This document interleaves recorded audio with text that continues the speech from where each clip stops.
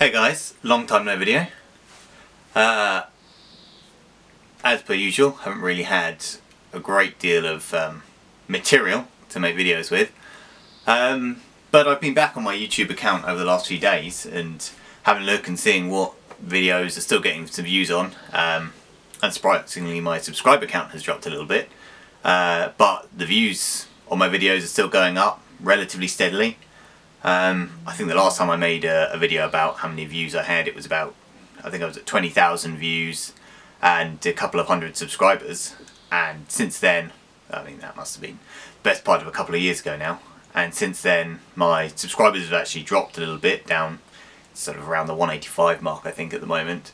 So thank you guys for who are still subscribed, but my views have doubled up to around 40,000 now, which is great. And I'm going through my YouTube, the list of videos, looking through my uploads to see what was still getting views, what was still relevant, what people still wanted to watch. And it seems to be that mostly it's my reviews of textbooks, of basically of Japanese learning resources that are still getting views.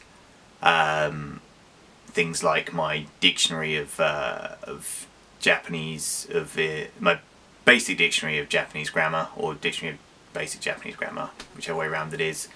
Flies just come in and straight back out. Fantastic. The dictionary of basic Japanese grammar, the review of my Japanese beginner's dictionary, things like that are still getting, you know, up in the hundreds of views. So I thought I would come back and do a review of a few other learning resources that I've used, and today I'm going to start with Memrise Premium. I've done a review of Memrise before, which is an online mainly vocabulary language learning app, and I've done a review of the free version before, but things have changed since then. The app's been updated quite a lot, and now I've started using the premium version, which I mean the free version of the app, I mean it's an app, it's a website, you can use it on all different platforms, but the free version of Memrise is fantastic in its own right. You know, it's unlimited use, you can use it to study vocabulary till the cows come home, and it's fantastic. But they also have a premium version, which is a real step up. They use, there's a lot of stuff, but a lot of algorithms, a lot of science behind the scenes, which allows them to work out which words you're struggling with more than most, and sort of isolate them and help you study those. And then there's it gives you charts, it gives you really much more useful information to help you really sort of focus your studying.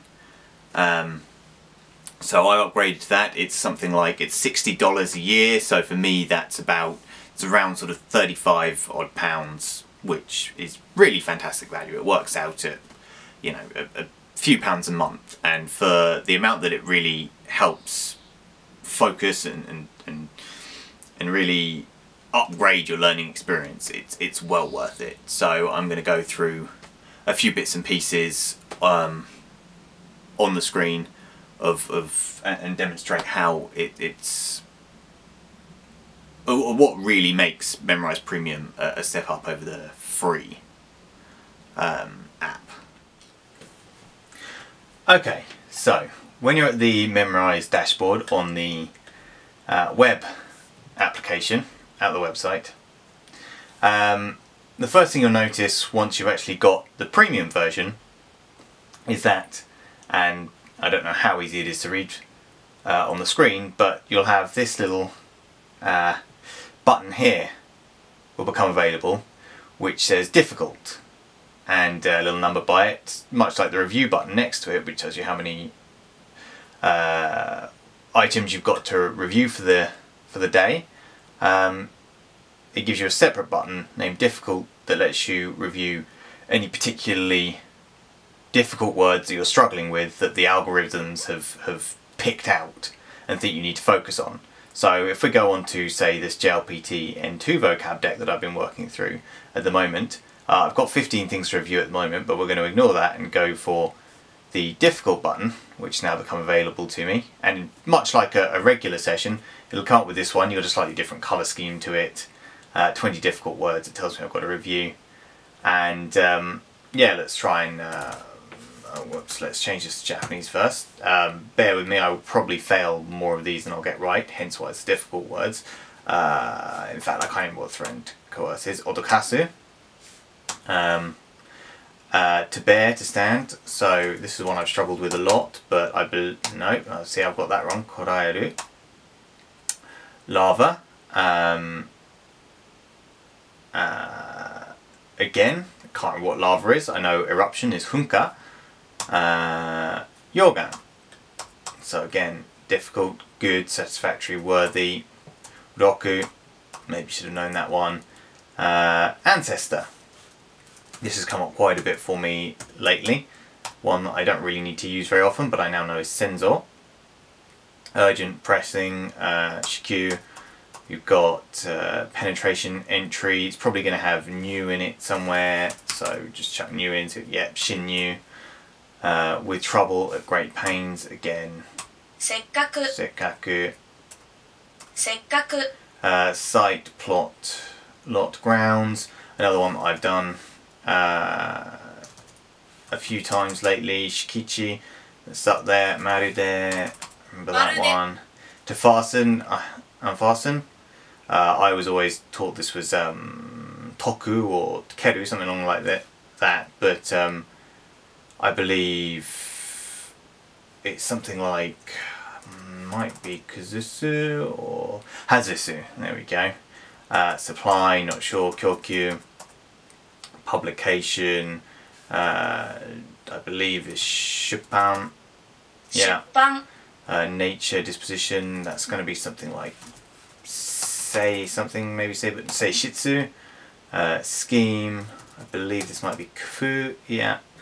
Claim. I always get this one wrong. Shucho. Not always. I believe is kanarazu shimo. Before long, almost in the end. Again, not sure. Yagate.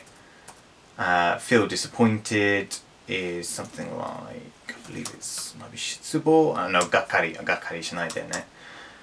Suspension type cessation. Don't know. So that's the session complete. Oh, didn't mean to do that. So there you go. That just sort of gives you a flavour of what happens when you hit the difficult button, which is nice because it means I don't have to slog through a lot of words that I might already know quite well, and it allows me to really focus on things that have been giving me trouble and really sort of break down those words a lot quicker than otherwise I might have done, because quite often they get lost in your revision. You sort of push them to one side. I'll come back to those later, and then inevitably you never do.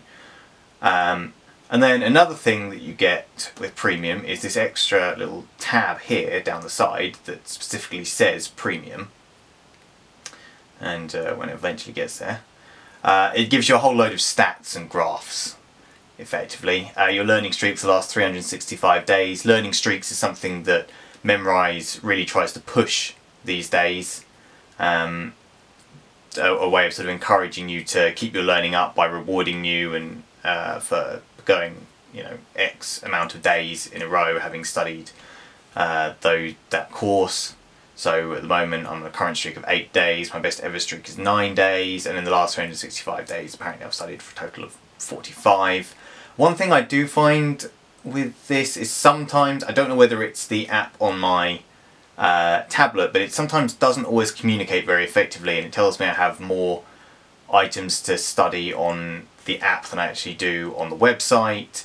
Sometimes it just doesn't seem to communicate at all. So I have actually done more than 45 days in the last 365 days, but certainly not anywhere near as much as I should have.